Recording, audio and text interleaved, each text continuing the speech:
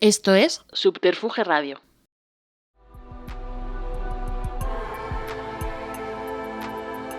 Esto es Oh My God.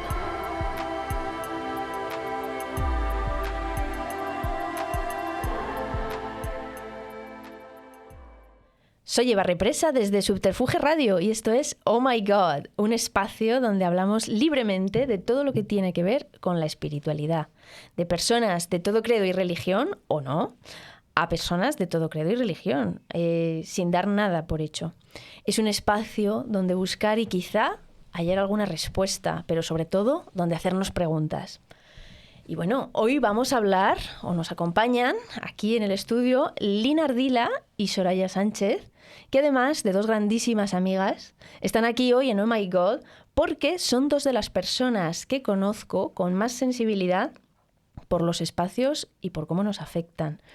Porque el episodio de hoy va de eso, del poder de los espacios y cómo nos condicionan para meditar, para orar, conectar con lo divino o sencillamente con nosotros mismos. Voy a empezar presentando a Lina Ardila. Hola, Lina. Hola. Qué gusto tenerte aquí. Bueno, no me lo puedo creer. Qué bien. Fantástico. Qué gusto. Gracias. Lina nació en Bucaramanga, en Colombia, y hoy hace ya, ¿cuántos años que estás en España? 18, 19 años. O sea, eres mayor de edad española. Sí. Media vida aquí. Media vida. Sí, pero me sigo sintiendo muy colombiana. Es verdad. Sí. A pesar de todo. Tú lo llevas con orgullo y lo eres. Y nos enriqueces a todos. Así, es verdad. Lina es diseñadora y emprendedora. Y en su trayectoria ha sido publicista, fotógrafa y recientemente está explorando el interiorismo, el mundo del interiorismo. Cierto. ¿No? Lina, cuéntanos, eres una persona increíblemente espiritual. ¿Qué te ha llevado a este cambio vital? Bueno, yo creo que la espiritualidad la he estado explorando durante toda mi vida, pero últimamente como mucho más consciente. Yo creo que la vida también te va llevando a enfrentarte a momentos que son súper de transición y que al final necesitas creer que hay algo superior a ti que te va a empujar o te va a ayudar o que realmente como tener esa fe que te activa. Y yo creo que bueno, momentos difíciles que al final te ayudan a que te plantees si la casa que tienes es la correcta, los amigos, todo lo que te rodea, si realmente es lo que necesitas. Uh-huh. Y yo creo que de ahí surge un poco ese último giro de mi vida que ya lo comentamos más adelante. Sí, vamos a ir comentándolo. Sí, porque te interesa además entender la conexión de los espacios con el bienestar y la belleza. 100%, sí. Me hice un máster de interiorismo y se me quedó súper corto porque nunca jamás se habló de bienestar, de energía, de cómo nos influyen los espacios. Y yo siento que soy muy sensible a todo esto. De hecho, lo estábamos hablando antes, Soraya y yo, que al final, pues, sí, como que la percepción que tienes del espacio dice mucho de cómo te sientes y de hecho eso te ayuda a estar más en armonía, a abrir oportunidades, a que tu vida de repente brille o se estanque, ¿no? Uh-huh. De cierta forma. Entonces, bueno, creo que ahí hay un tema interesante. Totalmente. Bueno, y además tú tienes una cultura visual muy amplia porque siempre te has dedicado a todo lo que tiene que ver con lo visual realmente. Diseño, y tienes estético, sí. Claro, tienes lo estético muy desarrollado. Seguimos contigo, Soraya. Kaixo, Soraya. Aupa. Aupa. Y como os habréis imaginado, Soraya es bilbaína y bueno, voy a hacer tu presentación. Dime si alguna cosa me equivoco. Eres directora del IDG Hub Basque Country, Inner Development Goals. Eres Project Lead en The Languages of Energy, ¿no? Miembro de la Red de Florecimiento Humano de la Universidad de Harvard. Y Ashoka Spiritual Changemaker. Ashoka es una organización sin fines de lucro que apoya a emprendedores sociales para impulsar un cambio positivo en el mundo, ¿no? Tengo entendido. Y bueno, tú dices que a lo que te gusta de verdad es acompañar los sueños de las personas. Sí, en realidad cuando me dicen, porque hay como mucha manía de preguntar quién eres, intentando realmente entender qué haces, ¿no? ¿Qué haces, sí? Y realmente todo lo que hago es para acompañar los sueños de las personas. Los sueños... Además venía un poco en el coche meditando sobre esto, ¿no? No solamente los sueños del alma que tú deseas conscientemente, sino los sueños oníricos también. Uh-huh. Qué bueno. Bueno, aparte de grandísima amiga, eres quizá la persona más mística y espiritual que conozco, de todas las personas que conozco, sí. Te llevas el premio. Bueno, no sé si es un premio, pero bueno. Bueno, Soraya, tienes una capacidad de percepción natural e incluso sobrenatural fuera de lo común. Yo creo que sabes ver y sentir a la gente antes de que abramos la boca muchas veces, a la gente y a los espacios. Y quizá por eso también eres representante nacional en España de una coalición que yo no conocía, que se llama la Global Compassion Coalition, que entiendo que es una red mundial. Uh-huh. ¿Y qué hace esta red mundial? Pues en realidad lo que hace es fomentar el mensaje de incluir la compasión de nuevo en las prácticas personales, en las prácticas comunitarias, pero también en las prácticas laborales o en tema de organizaciones, ¿no? Uh-huh. Y que de alguna manera se vuelva a registros ancestrales en los que las personas, quizás porque no había todos los recursos que hay ahora, las personas se conectaban a través de ese tipo de procesos más altruistas. Qué bonito. Bueno, tu capacidad de percepción incluso de tu entorno, la que has tenido desde muy pequeñita, ¿no? Hasta el punto de que incluso la energía de algún lugar te puede afectar para bien o para mal, incluso de una persona, ¿no? Pero fíjate que yo creo que esto le pasa a todo el mundo. Lo que pasa es que cuando nacemos, no, es como si nos pusieran una plancha de hierro encima de la cabeza, ¿sabes? Intentando aplastar todas las capacidades que parece que se salen de lo habitual o de lo socialmente aprobado, y entonces se nos va olvidando. Yo, por lo que sea, nací un poco anárquica en ese sentido y no lo mostré, pero me lo quedé para mí. Entonces tenía 2 universos paralelos y viví vidas paralelas en las que todas esas cosas seguían pasando, aunque nadie lo supiera, porque decirlo era un poco casi sacrilegio, ¿no? Uh-huh. Sí, o que se mira como raro, ¿no? De repente no, me dices... hubiera puesto en peligro totalmente. Además, te expones mucho, hablamos ¿no? de los 80. En los claro, 80 haber claro. hablado de algo parecido hubiera sido estar como una puta cabra e ir al psiquiátrico directa. Entonces... Sí. Pues hoy vamos a hablar precisamente de los espacios y de cómo nos afectan para o bien elevarnos, o bien conectar con nosotros mismos interiormente, o conectar con lo divino, ¿no? También para quien crea. Vamos a hablar de varios temas, de la naturaleza, de arquitectura, incluso también de espacios interiores, de entorno doméstico, de decoración y cómo nos influye. Y bueno, porque realmente nuestra necesidad de salvaguardar espacios espirituales es universal, ¿no? O sea, a veces es como que vas a un lugar, o ahora, mira, por ejemplo, ahora que se está poniendo muy de moda ir a la montaña o a bañarse a los ríos, a los bosques en verano y tal, a veces ocurre que de repente llegas a un río precioso, por ejemplo, y hay tanta gente, yo qué sé, con su música y su móvil a todo trapo y tal, que es como que desacralizan un poco ese lugar, ¿no? Incluso ya por falta como de respeto a tu entorno natural, ¿no? Pues a todos nos pasa realmente sentirnos sobrecogidos por la energía mística incluso de un lugar. Y bueno, y si no te ha pasado, entiendo que, yo qué sé, habiendo ido al Bernabéu, aunque solo sea por lo grande que es, te habrá impresionado, ¿no? O sea, que quiero decir que sentirte un poco sobrepasado igual por un entorno, sea arquitectónico, sea natural, es lo natural, porque al final toda esa parte visual y de un entorno te afecta, ¿no? Entonces, os quería empezar preguntando a vosotras dos, Lina, Soraya, ¿en qué lugar os ha pasado que os habéis sentido como que de pronto os es más fácil conectar con algo superior o con vosotras mismas? Bueno, pues voy a empezar. Sí, claro. Empieza tú, Lina.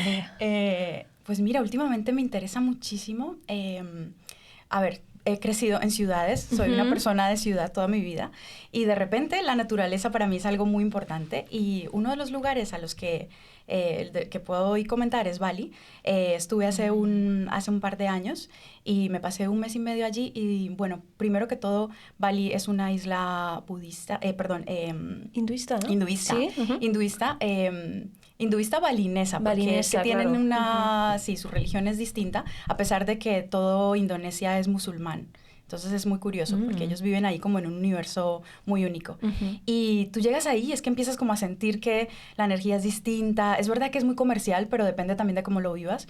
Yo estuve en zonas que pues al final están como un poco alejadas de todo esto y realmente es que conectar con los amaneceres, estar atento como a los sonidos de la naturaleza. Ellos, por ejemplo, los templos siempre están abiertos a que estén como conectados con la naturaleza porque para ellos es importante honrar sus ancestros, sus dioses son la naturaleza también, entonces es como que sí o sí tú empiezas a entrar en otra frecuencia y realmente eso te lleva pues a que conectes contigo, con tus emociones, con lo que sueñas, con lo que quieres, a plantearte cosas vitales.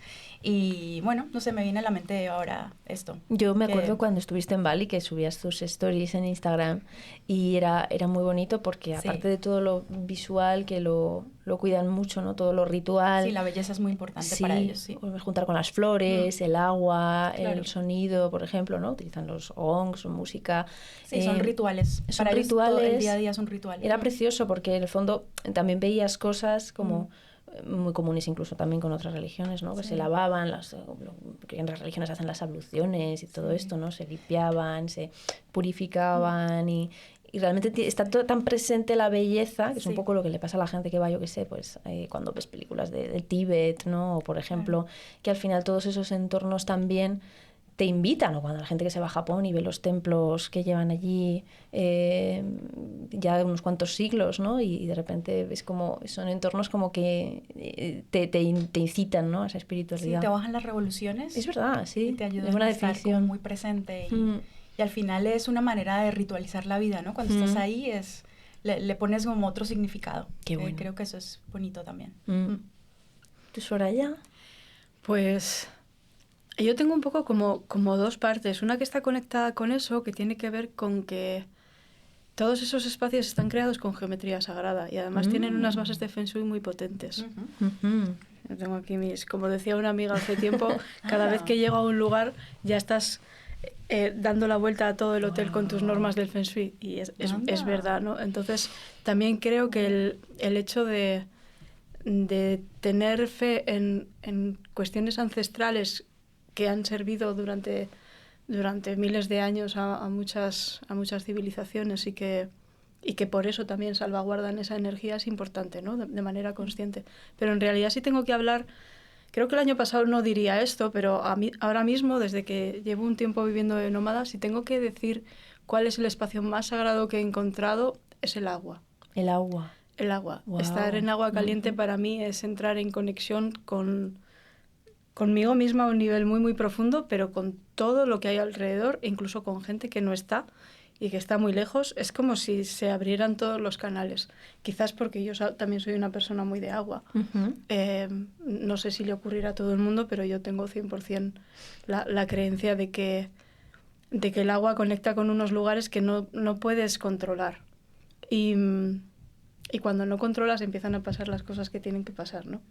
Hay cierta lógica ahí también, porque realmente todos vivimos en un líquido amniótico al principio. Total. O sea que en realidad es un poco como volver a ese entorno. Total. Más natural y imposible. Además, a nivel de estas cuestiones más sagradas, el agua siempre es lo que mueve las emociones, ¿no? Y desde un punto espiritual siempre se ha dicho que incluso los ayunos están sostenidos a base de agua, ¿no? Ni siquiera a base de líquidos, sino que los ayunos de los ascetas ni siquiera tenían agua, pero en el resto de ayunos que no tenían que ver con esas fases más ascéticas de ese celibato global, la única sostención era el agua. Y es que ahí hay algo también químico y celular que es importante. Sí, totalmente. Bueno, yo en la ducha tengo mis mejores ideas. Es verdad, ¿En serio? eso a mí no de la ducha no me sirve, no me funciona. No, a mí me funciona pasear. Pero bueno, claro, cada cual es un mundo, pero yo no soy agua, creo. Yo necesito flotar. Madera, creo. Necesito flotar y tiene que ser caliente. Y si además es termal, o sea, es como que va por grados, ¿no? Y además tiene que ser en un espacio que no sea, como dices tú, la gente que va al campo y parece eso que es como el centro comercial. O sea, realmente eso no es ir al campo, ¿no? Tiene que ser un lugar... además, todo este viaje que me he pegado este año de sitio en sitio, he ido encontrando y casi empezando una investigación de cuáles son las termas accesibles a nivel público, Sí, total. en las que realmente no hay turismo en ese sentido, y las únicas personas que están allí son los señores y las señoras que llevan toda la vida yendo, ¿no? Y que realmente tienen ese punto de ritual en el que sostienen su vida a través de esa práctica, y de hecho a mí me encendió una bombilla de cómo eso podría fomentar a día de hoy o sensibilizar al resto de la población de la capacidad del agua para nutrirnos a nivel de salud más allá del agua que bebes, ¿sabes? Qué bueno, porque esto... Mira, en otros capítulos que hablábamos de música, de lo divino, decíamos que la religión, las drogas y la música son comunes en todas las... Bueno, la religión en el sentido de fe, de buscar lo divino. O sea, los mitos, lo sagrado es común en todas las culturas. Las drogas son comunes en todas las culturas y la música es común en todas las culturas.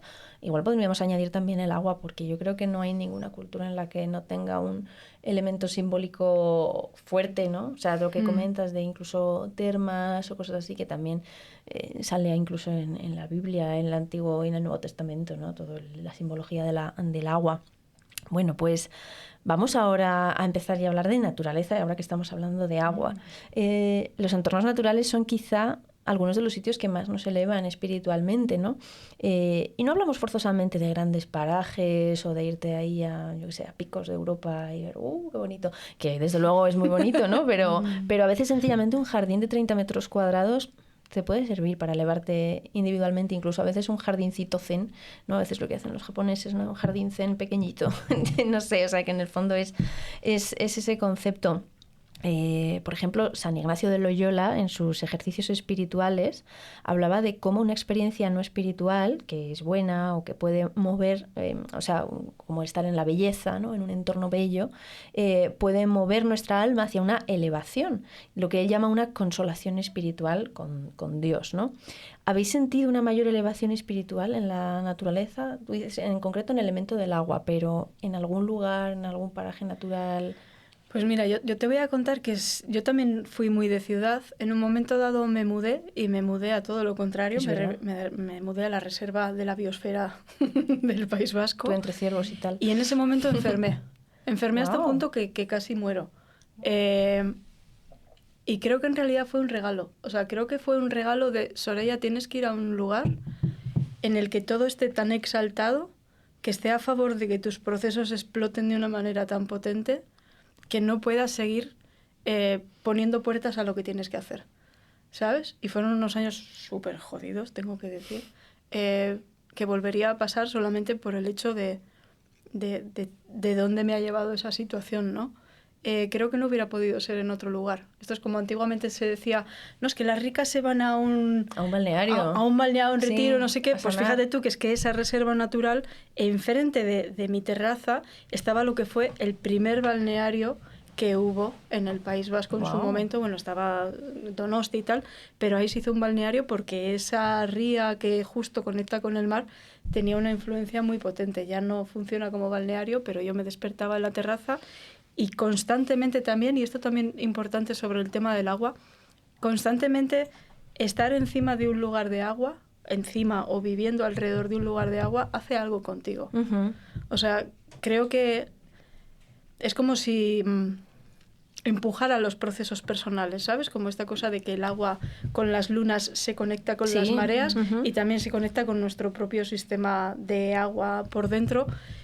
Y muchas veces hace falta retirarse del agua cuando ya llevas mucho tiempo en procesos, porque si no, no para, ¿sabes? Eso también fue algo que aprendí. A veces para estar un poquito respirando y poder continuar con los procesos hace falta irse, porque el agua del mar no para y el ruido es constante. El agua es constante. Y no te das cuenta. Ese es el dicho de Heráclito, ¿no? Que decía, no puedes bañarte 2 veces en el mismo río, porque el agua siempre está cambiando. Total. El río es el mismo, pero no es el mismo. Total. Entonces creo que tiene que ver con entender realmente cuál es la potencia de la naturaleza. Y creo que si la gente tiene esta cosa de ir a la naturaleza es porque te pone en un lugar súper explícito de autenticidad contigo mismo y con todo. ¿Sabes? Y ahí no puedes hacer mucho más. Y creo que la gente que se va a un lugar de estos en el sentido en el que llevan toda su vida habitual es porque no quieren confrontar lo que la naturaleza podría hacer en ese momento con ellos. Bueno, buen pensamiento.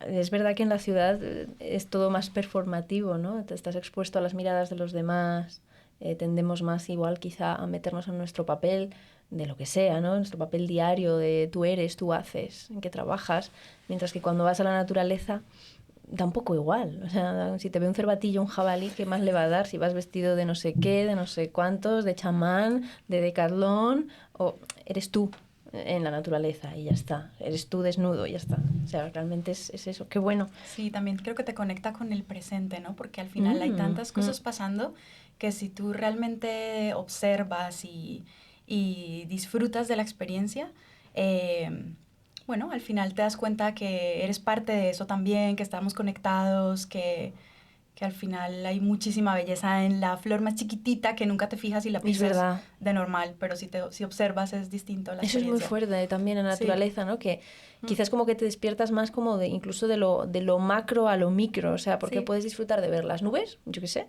o las estrellas una noche, pero luego te puedes centrar en ver una abejita, una abejita. Y te llenas de gratitud. Sí, y la gratitud es un escarabajo o lo que sea, es verdad, ¿eh?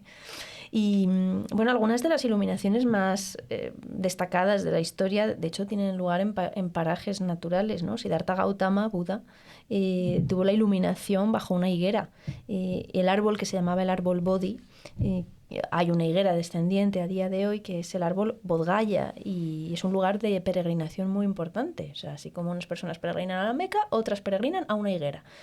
Así que muy bien. Entonces, bueno, dicen, por ejemplo, que en lugares como Stonehenge se siente una energía muy especial también. Bueno, en Stonehenge que todavía se especula sobre cuál era el uso de esas piedras, si era más una función puramente de calendario o una función ritual. Bueno, es todavía muy misterioso y todavía no se sabe, ¿no?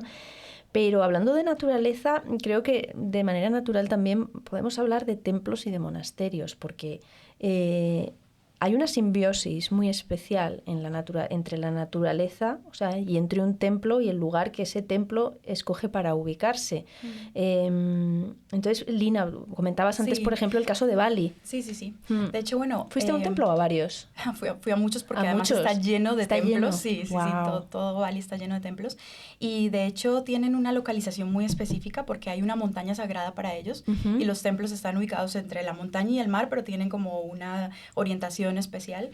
Y además de esto también hay algo muy místico en Bali, es que siempre dicen que Mamá Bali te puede recibir o te puede echar de la isla. ¿En serio? Entonces puede ser que tú llegues y te rompas una pierna o te pase algo y hay personas que llegan y es que les pasa de todo, se enferman del estómago, es como que entras como en un proceso de confrontación. Sí, o sea, y realmente sí es verdad que como que desde que pisas la isla estás como en ese constante movimiento y es muy interesante porque al final para ellos los templos es su día a día, o sea, ellos realmente agradecen todos los días cuando se despiertan, van y ponen sus ofrendas en el templo, tienen estas florecitas que ponen en un ritual de agradecimiento y bueno, pues es interesante, sí. Qué bonito. Sí.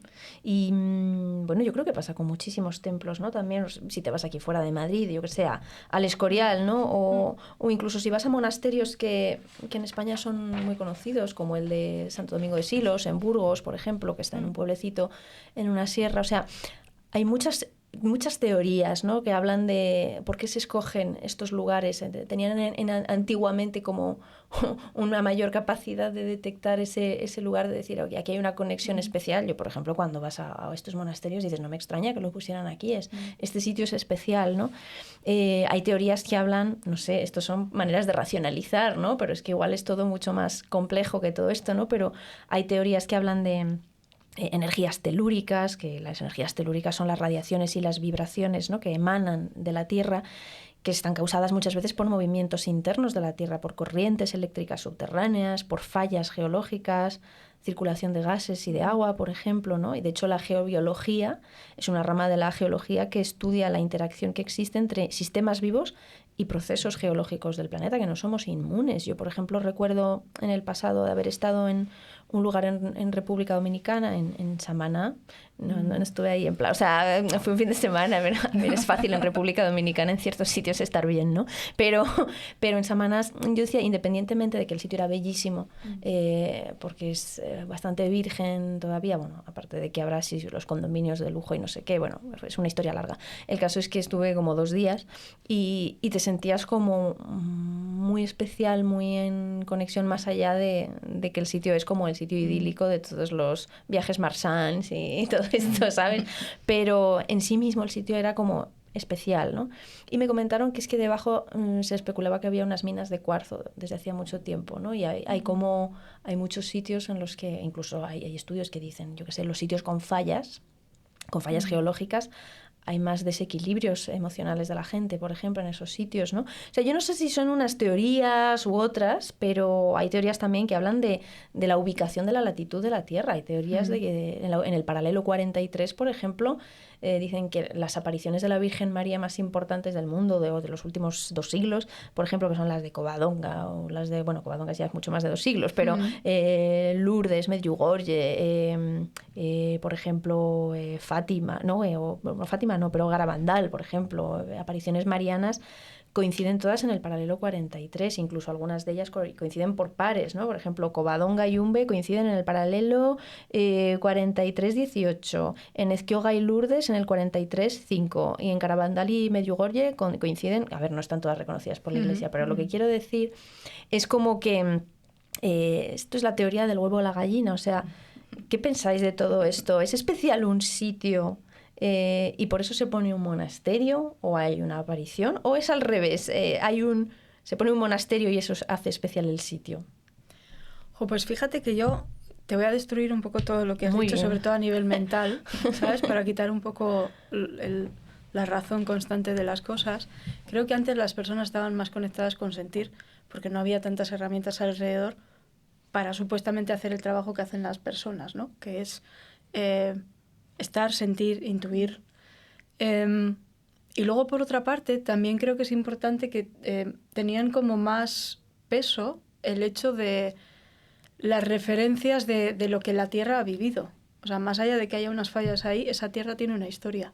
Y esa Tierra tiene un pasado, como lo tenemos todos. Y lo mismo que a mí me afecta una cosa de manera diferente a ti, aunque la misma cosa nos haya pasado, eso tiene que ver con cuál ha sido mi pasado y cómo se ha procesado eso. A la Tierra también le pasa, ¿sabes?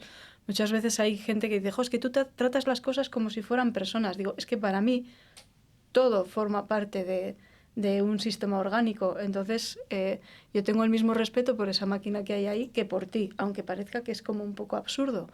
Pero es que energéticamente para mí es todo igual. Y todo tiene un sentido y todo tiene un espacio. Y luego también es verdad que cuando tú haces algo con un ritual para poner, por ejemplo, un monasterio en un lugar muy concreto, que en el pasado se hacía mucho también porque tenía que ver con cuestiones de seguridad, con cuestiones de defensa, con cuestiones de pues que los monasterios eran muy grandes y necesitaban mucho dinero para estar y no iban a estar en el centro de un sitio que pudiera ser más caro o cosas así, ¿no? Pero creo que todo esto tiene que ver, cuando tú pones energía, y esto lo digo a nivel personal en cualquier cosa, cuando tú pones energía de que algo sea de una manera, eso está funcionando así. O sea, si yo estoy creando un monasterio para que eso sea un lugar sagrado, para que eso tenga un sentido más divino, estoy poniendo intención. Y eso ya, a nivel de frecuencia ya está funcionando. Es como si estuviera lanzando un mensaje al universo. Y de alguna manera, para mí es importante que todas las personas entendamos que tenemos el poder de hacer eso. Qué bueno. Con cualquier cosa, en el día a día, en la vida. Que si yo pongo este micrófono aquí, puede tener un sentido diferente al hecho de simplemente lo pongo aquí porque sí, ¿sabes? Y que el hecho de la energía y la intención con la que yo lo estoy haciendo está modificando todo a su alrededor. Es muy cuántico eso que estás contando. Sí. O sea, me refiero que, o sea, lo que estás diciendo es que al final el monasterio impacta de alguna manera, se integra en el entorno en el que está y pasa a formar parte de la historia de ese entorno. No es una mera construcción que hoy está aquí y luego desaparece. Es más, de hecho, creo que incluso todos estos lugares que ahora la gente dice, es que me voy a la naturaleza porque me siento bien, porque el centro de Madrid también es naturaleza. Igual no ahora, pero lo fue. Sí, ¿no? Lo que pasa es que está tan rodeado de inputs que hacen que baje la frecuencia de tu propia autenticidad personal, que entonces no lo sientes así. Y es cuando vas a un sitio como Bali, que toda esa basura no está alrededor y es como ¡guau! O sea, como si fuera un super viaje, sí, ¿sabes? Bestia, claro. Ese es un poco el punto, pero creo que igual mi labor también, el punto no es necesito irme a un retiro a la India para conectar conmigo y salir de mis hábitos que me están haciendo mal. Eso lo puedes hacer en el mismo lugar en el que estás, pero tienes que ser muy consciente de lo que no te está proporcionando el espacio físico o tangible o no tangible, el espacio para que eso pueda ser. O sea, intentar generar espacios en los que todo esté a favor para que los procesos que tú necesitas o deseas vivir, es como si alguien remara contigo, ¿sabes? Lo que dices, por ejemplo, que te pasó yendo, ¿no?, a la naturaleza y que enfermaste, ¿no? O, por ejemplo, lo que tú comentabas de Bali, ¿no? De gente que llega a Bali y de pronto se rompe una pierna. Es lo que tú estás diciendo, ¿no? Es lo que tú quizá necesitas en ese momento para un proceso particular, dependiendo del momento en el que estás, que igual de repente... Oye, la experiencia a priori sí puede parecer mala, ¿no? Oye, te he roto una pierna. Pero en el todo, en el común, en el fondo quizá te ha pasado porque quizá tú estabas en una situación que de repente eso ha generado un choque de la manera que sea y te ha llevado a ese estado, ¿no? Sí. En mi caso particular, que además siempre digo que lo único que yo tengo es lo que he vivido, es cuando me preguntan ¿qué has estudiado, qué has trabajado? Lo único que yo tengo para poner en la mesa para los demás son mis experiencias, más menos valiosas, pero no tengo nada más a lo que referirme. Y en mi caso es que eso no lo sabía entonces, yo fui allí inconscientemente. Claro. De hecho, estaba con mi pareja, teníamos un mapamundi, vivíamos en Austria y dijimos, ¿dónde vamos a vivir? Sabemos que tenemos que irnos de aquí, pero no sabemos dónde. Y hicimos viajes por diferentes sitios y cuadró que fue allí. O sea, realmente fue una especie de acto de dónde la vida elige que debo de ir a vivir, más que elegirlo yo. Y la cuestión es que yo inconscientemente estaba reteniendo durante muchos años tener procesos muy profundos, porque no me venía bien, ¿sabes? Entonces, como no me venía bien, y la vida dijo, pues ya se te va a acabar. O sea, o lo haces y confrontas esta situación, o si no, no va a haber mucho más allá. Estabas mencionando antes lo de la naturaleza, o que Madrid era naturaleza, ¿no? Hasta el momento que se asfalta y tal, y yo estaba pensando en... bueno, a mí me gusta mucho el taoísmo y tengo un libro que habla sobre el taoísmo bueno, el taoísmo habla mucho también de los claros y los oscuros, cómo las cosas se tienden a compensar, exacto. Y bueno, este libro, por ejemplo, habla en el taoísmo que se basa en una serie de poemas, ¿no? Pero luego a partir de eso se desarrolla toda una filosofía, ¿no?, de pensamiento y de cómo vivir. Y el taoísmo considera muy importante dentro del yin y yang pues la energía, el intercambio energético, ¿no?, de positivos y negativos, ¿no? Bueno, hay una serie de teorías, lo masculino tiene una energía, lo femenino tiene otra, los arriba, los abajo, la tierra, el agua, etcétera, ¿no?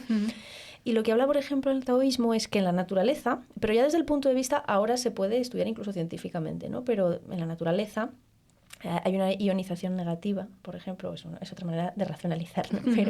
Pero lo que nos pasa en la naturaleza está lleno de iones negativos. Entonces, nosotros al ir a la naturaleza hay un intercambio energético entre el suelo que tú tocas, la planta que tocas, etcétera, mientras que la ciudad, al estar toda asfaltada, o los edificios que funcionan realmente como jaulas de Faraday, por ejemplo, nos aíslan eléctricamente. Entonces ese es el efecto, por ejemplo, lo que llaman el mal de las oficinas, ¿no?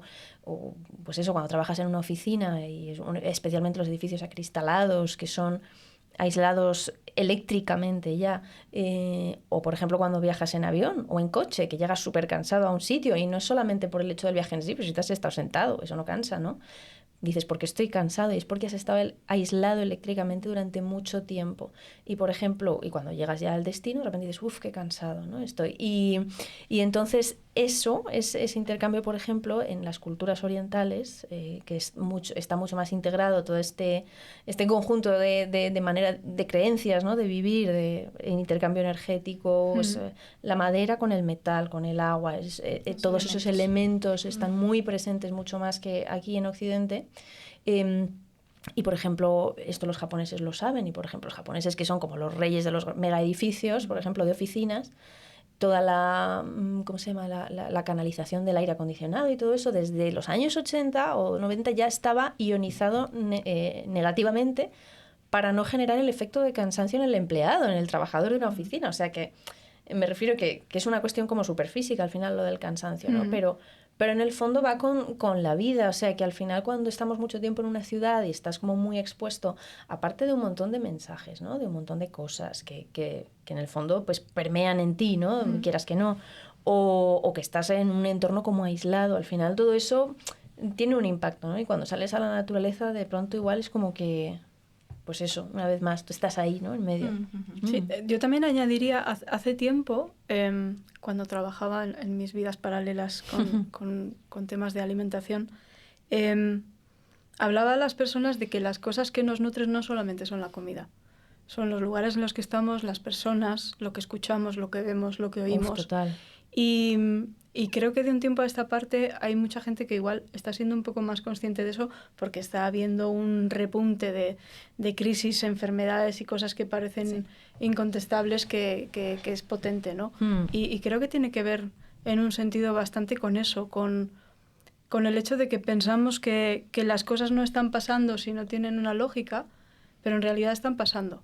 Y te das cuenta, o el cuerpo lo manifiesta cuando ya está en un sentido demasiado acelerado. Bueno, omito esto. No es que el cuerpo no se dé cuenta. No nos damos cuenta nosotros. No nos damos cuenta nosotros. O sea, nosotros no nos damos cuenta hasta que te pegan una torta en la cara, ¿sabes? O sea, hay señales constantemente, pero bueno, como el que escucha llover. Es verdad, es verdad.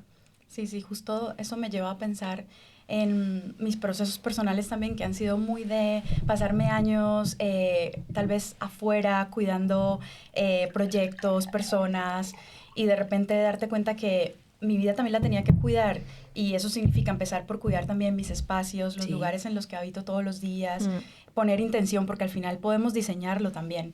Y bueno, lo que comentas del Feng Shui para mí ha sido fundamental, porque al final me ha traído un montón de temas que me ha hecho cuestionarme qué cosas tendría que prestar atención, y la verdad es que cuando cuidas tu espacio, la diferencia es espectacular en tu vida. O sea, realmente sí que merece la pena. Sí, para mí hay una cosa que has hablado que me parece muy interesante y que tiene que ver con esta cosa de las luces y las sombras, ¿no? Se dice que no puede haber luz si no hay oscuridad, y esto es a nivel científico e incluso pictórico, ¿no? Y creo que es importante, es como si viniera un repunte en el que las personas desean que no haya dolor nunca, y desean que no llueva nunca, y desean que nada haya feo nunca. Es cierto. Pero es que entonces no hay una correlación equilibrada de las cosas, y por eso creo que hay tantas explosiones de repente, ¿no? Cuando intentas contener que algo no pase, y de repente explota. Y en ese sentido creo que sería interesante ayudar a las personas a que entiendan que, o al menos a mí en mi vida es lo que me ha pasado, no podría haber llegado a lugares preciosos y con una luz increíble, eso lo sé a día de hoy, si no hubiera pasado verdaderos tormentos en muchos momentos. Yeah. Porque esa sensación tan chunga me hizo sentir de una manera que si no hubiera estado tan chunga nunca me hubiera puesto ahí. Eso lo tengo clarísimo. Ya, claro. Claro, sí, que también es como un camino te lleva al otro, en definitiva, y te hace apreciar más el otro. Y ahora que habláis del Feng Shui, por ejemplo, Lina, que esto también te gusta mucho a ti en concreto, pero la decoración y el diseño de interior de un lugar ¿nos influye o puede influir para conectar con lo divino o con nosotros mismos? Claro, puede abrirte a la creatividad, puede atraer prosperidad también si estás un poco más receptivo, porque si tú estás bien, al final todo lo de fuera también empieza a fluir de otra forma, ¿no?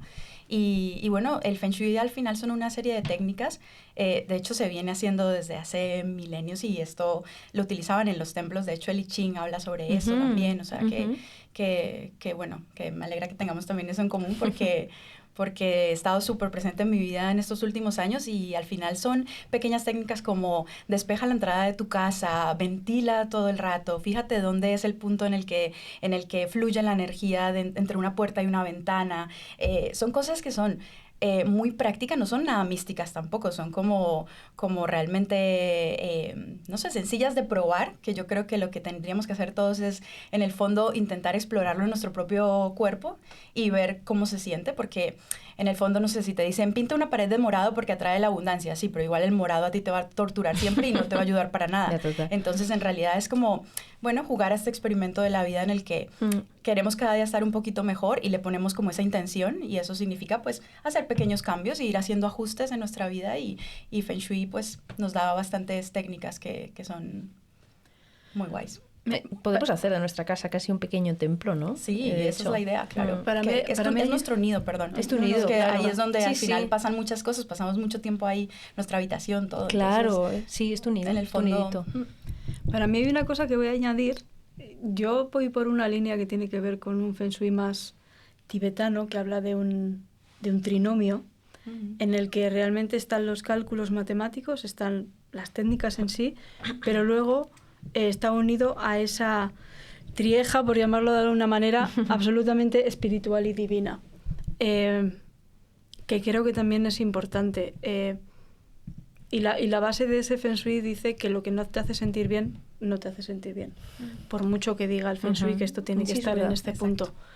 Pero de otra manera, esta visión tan científica, porque para mí es científica, a nivel oriental tiene mucho que ver con lo científico, Feng Shui, numerología, lo que tú decías antes, que en Oriente incluso se escogen los equipos de trabajo a través de la astrología china y de cómo encajan los equipos según los caracteres o los arquetipos.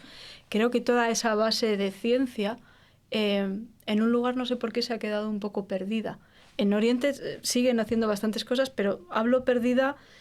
En Occidente antiguamente las señoras medían las témporas en el campo y muchas veces era calculando si el viento venía no sé cuándo, el tercer día de no sé qué y tal. O sea, todas esas prácticas creo que son las que yo suelo decir que son sabidurías ancestrales que se han ido perdiendo y que se dice... Creo que se dice para que la gente no se asuste que no tenían nada de místicas, pero yo abogo por decir que sí tenían de místicas.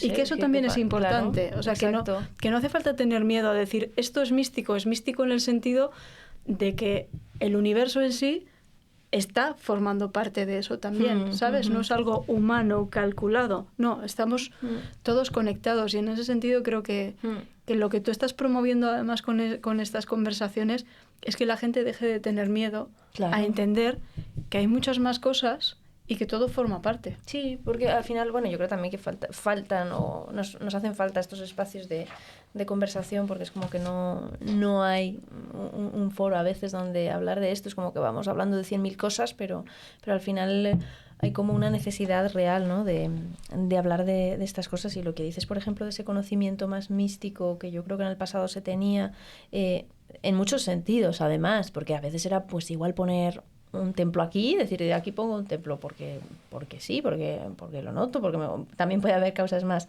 prosaicas como decir, no, es que la hipoteca del suelo cuesta mucho más caro en una ciudad, pero en definitiva, por ejemplo, yo qué sé, me leí hace tiempo un libro que era sobre hierbas del campo del norte que se utilizaban en infusiones, por ejemplo, ¿no? Y con fines medicinales y tal. Hay una cantidad de hierbas que crecen, tú te vas por País Vasco, por Cantabria, por Asturias, que tú te puedes hacer 100.000 infusiones con esas hierbas, no tendrías ni que ir a un herbolario a comprar manzanilla. Y luego encima muchísimas hierbas que cumplen 1.000.000 de funciones, que ahora muchas veces es como, ay, es que estoy nervioso, pues tómate una tila. Pues hay otras 50 hierbas que tienen efectos más potentes que la tila, ¿sabes? Entonces, es como que todo eso se ha ido olvidando y todo ese conocimiento que igual no estaba escrito, pero que se transmitía mucho más pues eso, antes, si hablábamos antes en otro episodio, ¿no? de las catedrales, por ejemplo, y que al final, yo qué sé, pues los canteros, ¿no? que hacían una catedral, se transmitían muchas veces el conocimiento de el maestro cantero al alumno cantero, al discípulo, o el carpintero, el maestro carpintero al discípulo, y todo era un conocimiento experiencial, que es un poco lo que tú decías antes. Yo ofrezco al mundo mi experiencia, que realmente ese es el corazón de todo, ¿no? Entonces, y el conocimiento del cielo también astrológico. Me acuerdo mi abuela diciendo, no, hay que cortarse el pelo en la luna creciente, porque, o sea, que al final traemos esto con las abuelas, pero nos reímos un poco, pero luego si lo haces, también te das cuenta que igual sí que te crece más el pelo. Bueno, no sé, te crece mucho, sí. Y más allá de reír, hay que decir que el campo sigue funcionando igual. Sí. Total. Cuando hay luna llena y cuando hay luna nueva, hay que saber cuándo hay que podar, cuándo hay que quitar el fruto, que por mucha mística que viniera en su momento, experimentaron en sus carnes cuando podían conseguir la más eficacia dentro de esas cuestiones, y eso es así. Más allá de lo que, si te lo quieres creer o no, es que simplemente es así. No, es así, eso desde luego. O sea, otra cosa es que en nuestro mundo moderno, en el que necesitamos todo con fórmulas matemáticas y teorías de la relatividad, que es muy respetable y necesario, lógicamente, pero es como que siempre necesitamos esa racionalización y esa explicación súper científica, y hasta que algo no está probado científicamente es como que no es del todo aceptable, cuando realmente pues hay experiencia de siglos que sustenta que yo qué sé, pues que algo funciona, ¿no? Mira, vamos a hablar ahora de arquitectura, por ejemplo, ¿no? También, o sea, hemos hablado un poquito de Feng Shui, de interiores, de naturaleza, pero, por ejemplo, también el espacio de un edificio en sí, ¿no? De un templo, por ejemplo, ¿no? Si los seres humanos, por ejemplo, nos seguimos haciendo templos, es porque nos ayudan a vehicular nuestra relación con lo divino. Porque, por ejemplo, es verdad que, yo qué sé, Jesucristo cuando viene y dice, destruid este templo, yo lo reconstruiré en 3 días, haciendo referencia a que el templo de Dios está en realidad en las personas, a eso se refiere, y desde un punto de vista antropoteológico es casi signo de que la religión se hacía más abstracta desde ese momento, porque siempre la religión había estado vinculada a un templo, al de Jerusalén, y en el momento que llega Jesucristo dice, no, es que el templo no es la cosa física, eres tú, ¿no? Entonces eso es lo verdaderamente bello. Y sin embargo, los seres humanos seguimos haciendo templos, ¿no? Porque en cierto modo es que nos ayudan a canalizar, ¿no? O a canalizar, o a conectar, o no sé, o sea, igual puede ser la belleza del sitio, el Feng Shui, por ejemplo. Antiguamente, hasta la Edad Moderna, por ejemplo, las iglesias siempre estaban orientadas con el ábside, ¿no? hacia el este, etcétera, que también tiene mucho que ver con las salidas, las puestas de sol. O sea, y al final todo esto hay muchos significados ahí dentro, ¿no? Entonces, ¿por qué creéis que al final un templo facilita esta conexión o esta oración o meditación o esta entrada como más en alineamiento con uno mismo? A ver, es que según lo estás diciendo, estoy pensando que no es lo mismo si tú quieres levantarte en un bajo que está oscuro, que está cerrado, a si estás en un lugar en el que cuando te despiertas ves el amanecer o ves el cielo. Creo que depende mucho del lugar en el que estás, la conexión que tienes con la naturaleza y con lo que para ti sea divino o Dios o lo que quieras.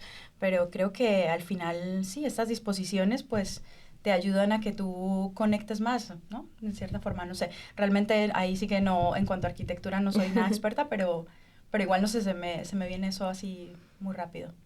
Yo tengo una percepción que tiene más que ver con la primera frase que has nombrado, que tiene que ver con que realmente la verdadera dedicación sería generar nuestro templo personal. Pero las personas necesitamos estar conectadas con otras personas. Y entonces los templos es como si fueran el lugar donde nos podemos encontrar. Y en el pasado, de hecho, así era. El templo era el lugar donde la gente salía de sus casas para poder encontrarse con otras personas. No era tanto este punto que tenemos ahora de voy a un sitio sola porque necesito meditar. ¿Sabes? Era casi la fiesta, era como la disco, ¿sabes? Creo que es como intentar poner a favor el hecho de que las personas se unan con una idea determinada y se conecten a un lugar. Y ya ni siquiera hablo a nivel religioso, porque hay templos de todo tipo y de todas cuestiones alrededor de todo el mundo, pero creo que tiene que ver con esto.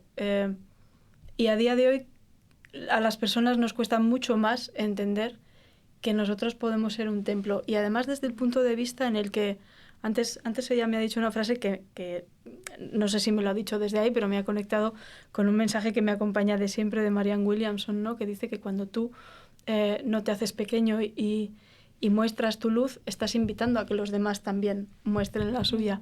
Y creo que tiene que ver con esta cuestión. Yo desde hace un tiempo que tuve este ostión tan grande, me di cuenta que de alguna manera todo lo que hago y lo que no hago interfiere en todo lo que me rodea y en todas las personas. Y entonces me dediqué a intentar hacer algo que pudiera servir para que los demás se activaran para hacer eso que quizás no tienen tanta capacidad o creen que no la tienen.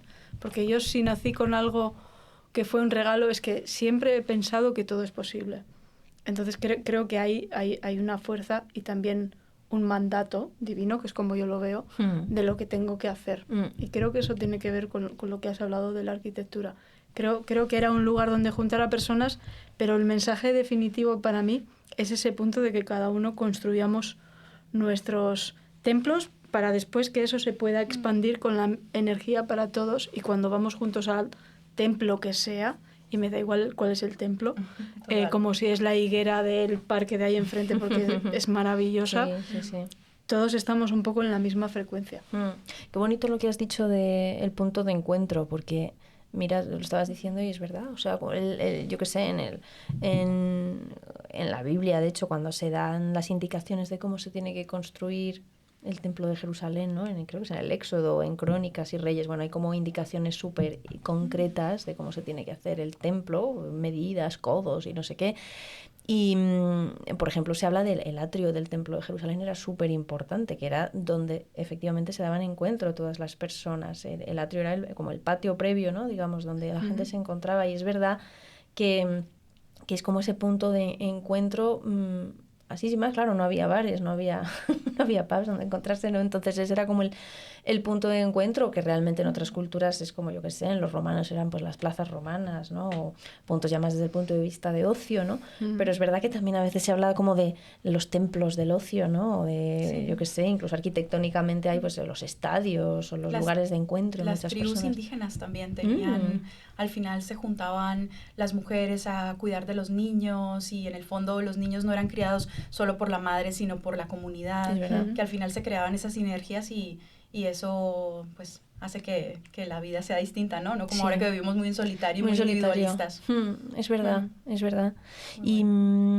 Y, por ejemplo, vosotras, ¿en qué tipo de espacios, ya más de creación humana, por ejemplo, os podéis sentir más conectadas con lo divino, o al revés? ¿Qué sitios habéis entrado que no os transmiten nada? ¿Y por qué? Bueno, yo suelo visitar muchas galerías y museos porque para mí ver arte es algo que me emociona. Es verdad. Muchas veces quiero tocarlo, quiero llorar, no sé, es algo que me mueve muchísimo por dentro. Y entiendo que, Qué bueno, bonito. sí, procesos creativos en los que el artista quiere contar una historia, y al final cada uno la interpreta de una manera distinta, ¿no? En base a su propia experiencia de vida, y creo que sí, para mí esos espacios son fascinantes. Bueno, y se habla también de los museos, ¿no? Dicen el templo del arte, sí, ¿no? Bueno, es que es un templo. Claro, en realidad es un homenaje totalmente. a la creatividad, Totalmente. Y son espacios que al final generan una experiencia, y creo que todos necesitamos también salir un poco de nuestras vidas para ir a un lugar en donde vivimos algo distinto, como cuando vamos al cine también. Sí. El cine también me emociona muchísimo. Es verdad, voy al totalmente. cine y me siento millonaria muchas veces. Es como, wow, estar en un lugar así, vivir la historia, una historia que no es mía, me desconecta completamente de mi vida, y bueno, sí, creo que son espacios que bonito, sí, porque además me mueven mucho. Y porque además como que en cierto modo, como que vas a un sitio donde hay mucha gente viviendo lo mismo desde sus ópticas o sus perspectivas, pero también es el hecho de estar como ubicado en un sitio concreto, ¿no? El cine, el museo, estás ahí metido, pero tú tienes esa experiencia con la obra que estás viendo, o sea, la película, o sea, una pintura o un cuadro, vamos, de alguien que te está queriendo contar algo, ¿no? Y tú estás dedicando el tiempo y el espacio para aislarte, yo qué sé, del móvil y del mundo y de las otras cosas, para decir, no, me dedico yo a entender esta obra que tú me has querido contar a mí, ¿no? Con mucho respeto, ¿no? También. Sí, yo hace poco, ¿cuándo he ido? Antes de verano fui un día al Prado, que hacía 1000 años que no iba, 1000 años, y bueno, de repente viendo eso, a ver, el Prado es como que necesitarías, no sé, como 2 días seguidos para estar viendo todo el rato y no sé, y llevarte una silla del Decathlon incorporada para sentarte y tal, porque es cansancio físico, es agotador, o sea, es que no tienes, pero llega un momento que cuando yo estaba en el pasillo este que tienen a Rubens y tal, y de repente dices, pero qué bestialidad, o sea, que me están todos estos contando aquí 300.000 historias en cada cuadro. Unos son intenso, de nobles, de no sé qué, que quisieron ser inmortalizados, otros son de una virgen exaltada, una santa que no sé qué, otros son un paisaje maravilloso que por algún motivo ese pintor quiso parar en el tiempo, ¿no? Y wow, de repente dices como, o sea, sales, yo a medida que me hago más mayor voy disfrutando cada vez más de los museos. He ido toda la vida, ¿no? Pero de pequeña era más como, mira, una pintura, vale, bien, la siguiente, ¿sabes? Y ahora es como que empiezas a ver un montón de cosas y la expresión y qué me quiso decir y al final te estás exponiendo. Es un intercambio, ¿no? Lo que tú decías, el templo póstumo de alguien que ya falleció hace 2 siglos, pero que aún así te sigue contando su historia, ¿no? Su manera de ver el mundo a través de eso.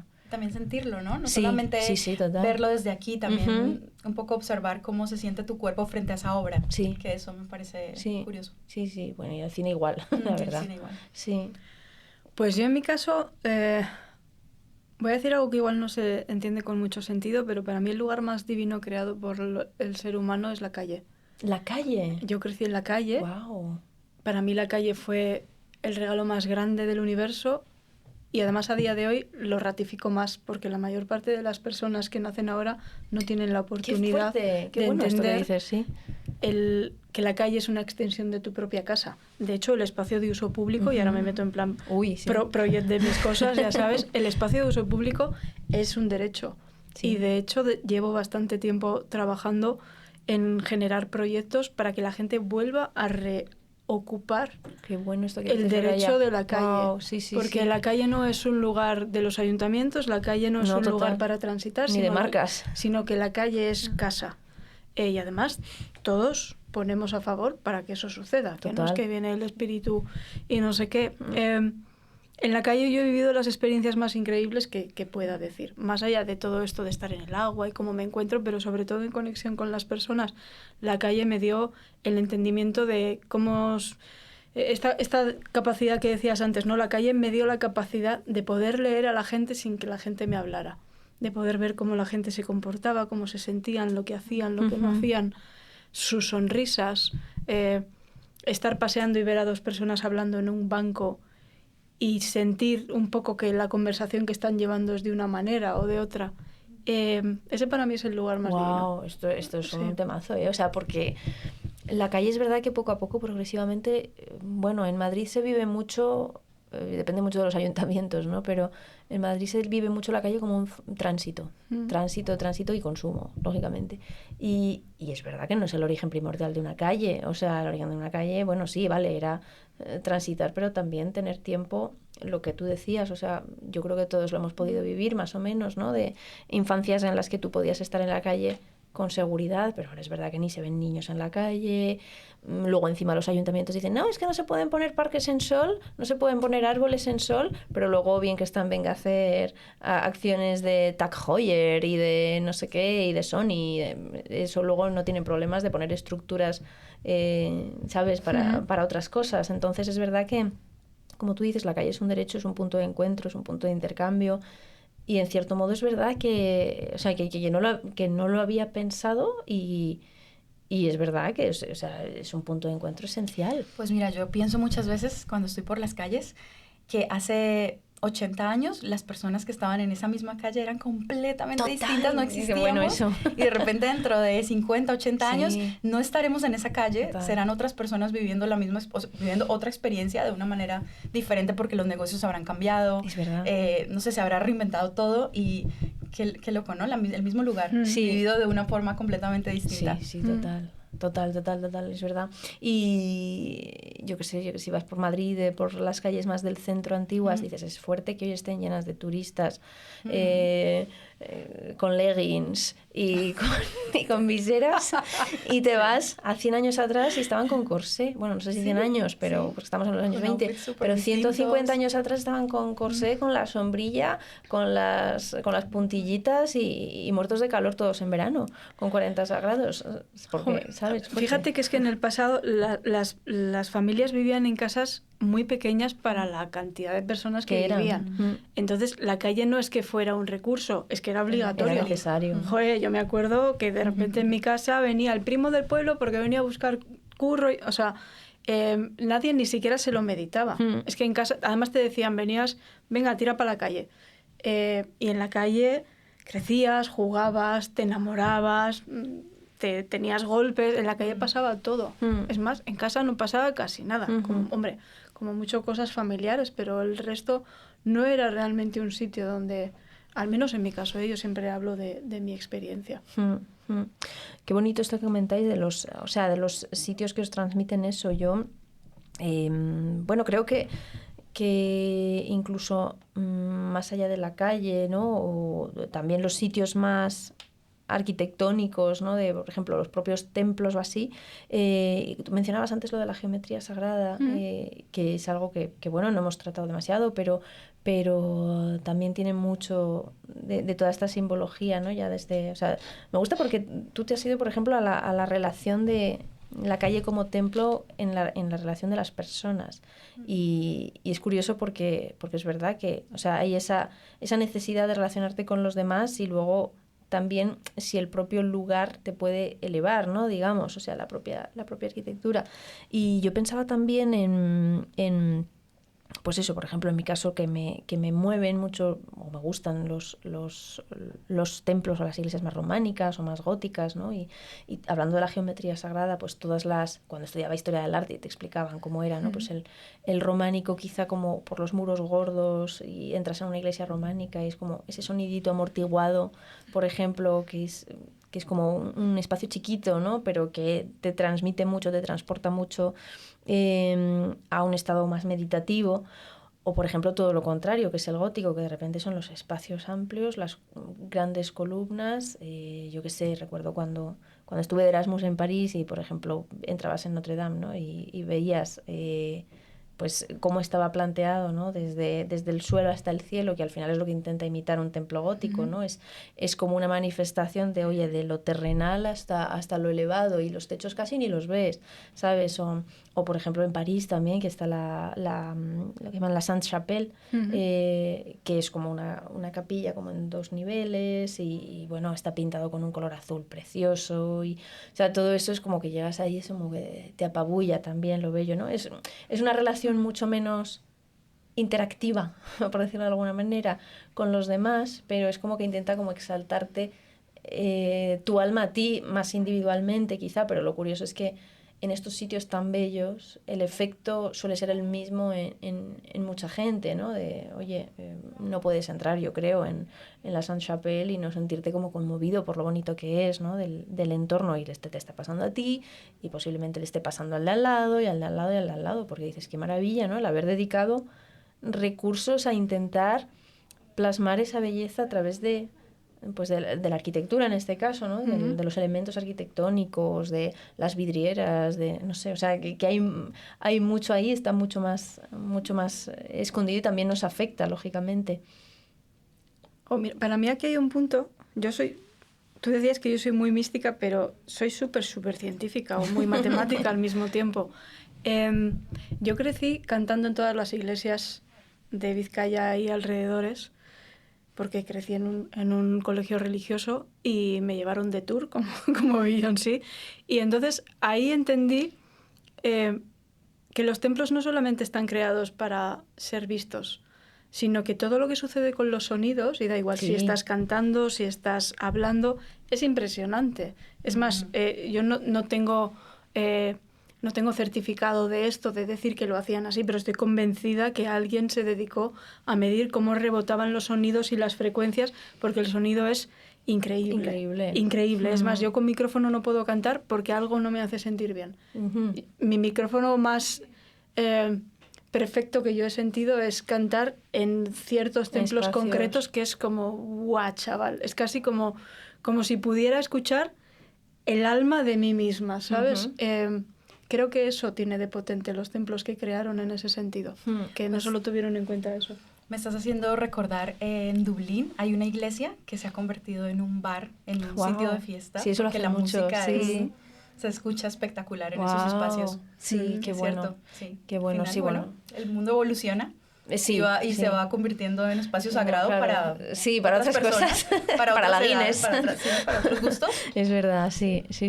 Pero es muy bonito. Has dicho lo de que eres muy científica y tal, pero es que yo creo que la gente más científica es la más mística, ¿eh? También muchas veces, o sea, que no está reñido. Siempre se habla de Bach y de cómo se componía la música, ¿no? Sí, Era absoluta matemática. Exacto, sí. Es que justo lo hemos hablado en otro episodio de cómo muchas veces las mentes más analíticas, que aunque se detienen mucho en el análisis, para los demás que lo observamos muchas veces de repente es como que tanto análisis, tanto desgranar hasta el más mínimo detalle, luego hace un todo que tiene sentido realmente. Entonces, que yo digo que no está nada reñido ni el ser científico con el ser muy místico. De hecho, muchas veces hay grandes figuras también súper religiosas y místicas que eran increíblemente analíticas también.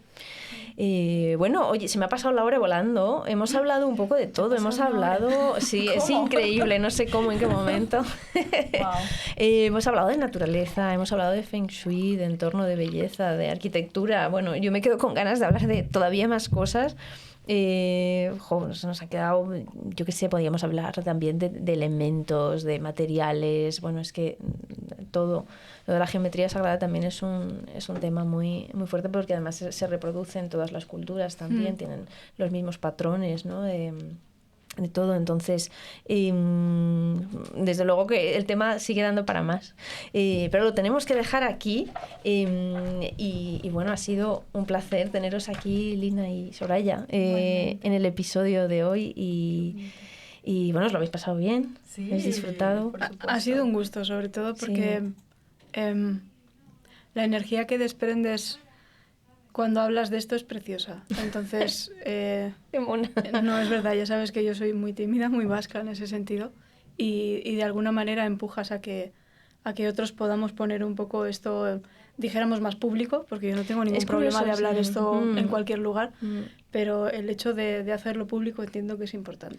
Pues yo os lo agradezco un montón, porque además, o sea, el hecho de que estéis aquí siendo todavía primera temporada, que esto es una prueba, porque creo que no existe ningún otro espacio así donde hablar abiertamente de espiritualidad, creas lo que creas, pensando lo que sea, y realmente encontrar personas que vengan a hablar no es del todo fácil, porque hay gente que no se siente cómoda, no ya, porque yo no pregunto aquí a nadie de si crees, si no crees, si no sé qué, y que vengas tú a dar cuentas de lo que dejas o crees o dejas de creer.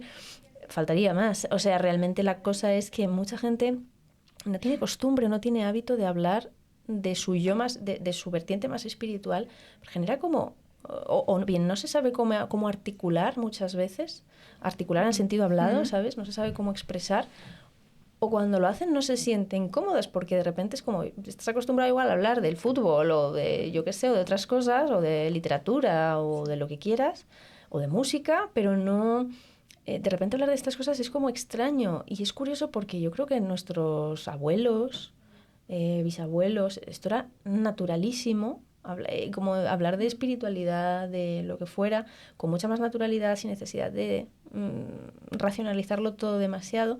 Y creo que faltan esos entornos esos entornos y esos espacios. Sí, también estar cómodos con aceptar que todos tenemos un cóctel de experiencias y de creencias y visiones que es única en cada uno, pero que es perfectamente compartible. Total, y que al final esto también, pues lo que antes te decía, igual le pones una semillita en la cabeza de alguien para que haga sus propias preguntas y que también llegue a lugares a los que nosotras no hemos llegado. Entonces, exacto. Es muy guay. Es la idea. O sea, os agradezco muchísimo que hayáis estado, que hayáis aportado vuestras experiencias, vuestros conocimientos, además con toda vuestra honestidad, vuestra autenticidad, aportando lo bonito que tenéis. Y bueno, me alegro un montón de que hayáis disfrutado.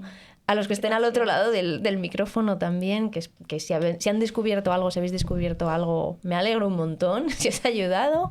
Y nada, y nos vemos en el próximo episodio. Muchísimas gracias. Gracias. Gracias. Esto es Subterfuge Radio.